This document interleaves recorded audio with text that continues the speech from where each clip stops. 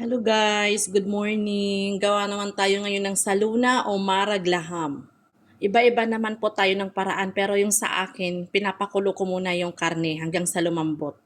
At pag ganyan na ho, nakikita nyo naman may bulang lumalabas. Tanggalin lang ho natin yan kasi dumi yan na galing sa karne. At maamoy yan pag hindi mo tatanggalin.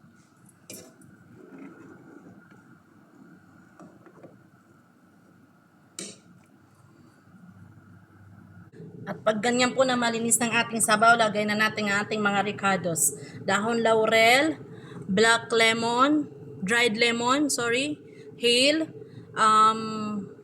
buong paminta, darsin, o kaya cinnamon stick, at saka ng,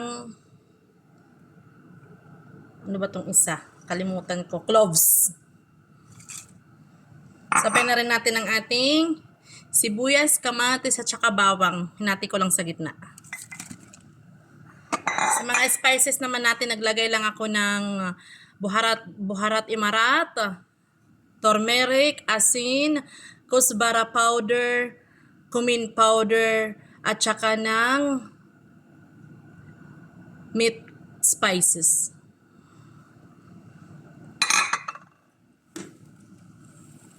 Pakuluin lang hanggang sa lumambot.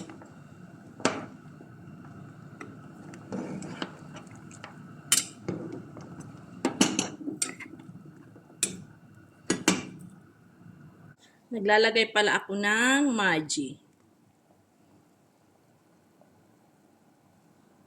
Tayo lang natin hanggang sa lumambot siya. Habang naghihintay na lumambot ang karne, nagprepare na ako ng mga gulay niya.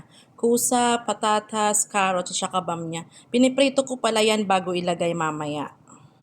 Pag ganyan po malambot ng ating karne, tanggalin na natin sa sabaw niya. At igigisa natin siya.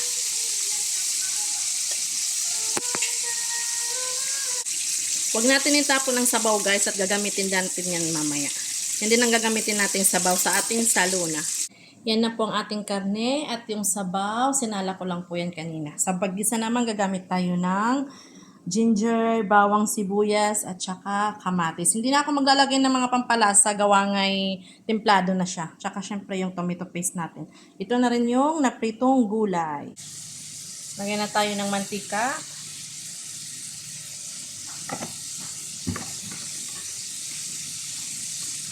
Lagyan na natin ang ating sibuyas, garlic, at saka ang ginger.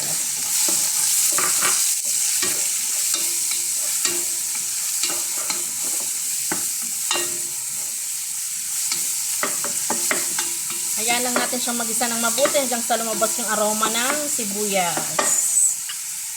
At pag ganyan na po, medyo golden brown na siya, lagyan na natin ang ating kamatis.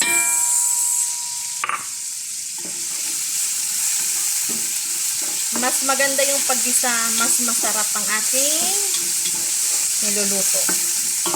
Yan lang din lumambot ang kamatis. At pag malambot ng ating kamatis, lagyan na natin ang ating spices. Ano lang po yan siya? Curry powder, turmeric, Arabic spices, at saka ng black pepper.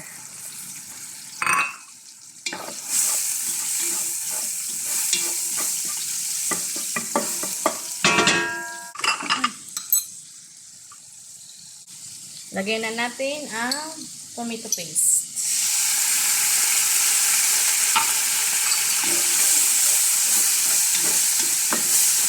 Isa lang ng konti. Lagyan na natin ang ating laham or karne.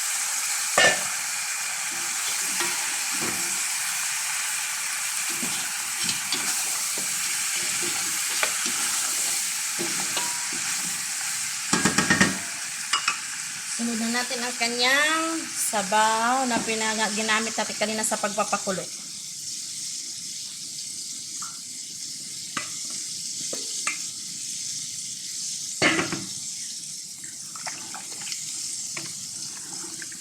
Hintayin lang natin siyang lumambot at ilalagay na natin ang ating gulay. Lagay na po natin ang ating gulay na prinito na kanina.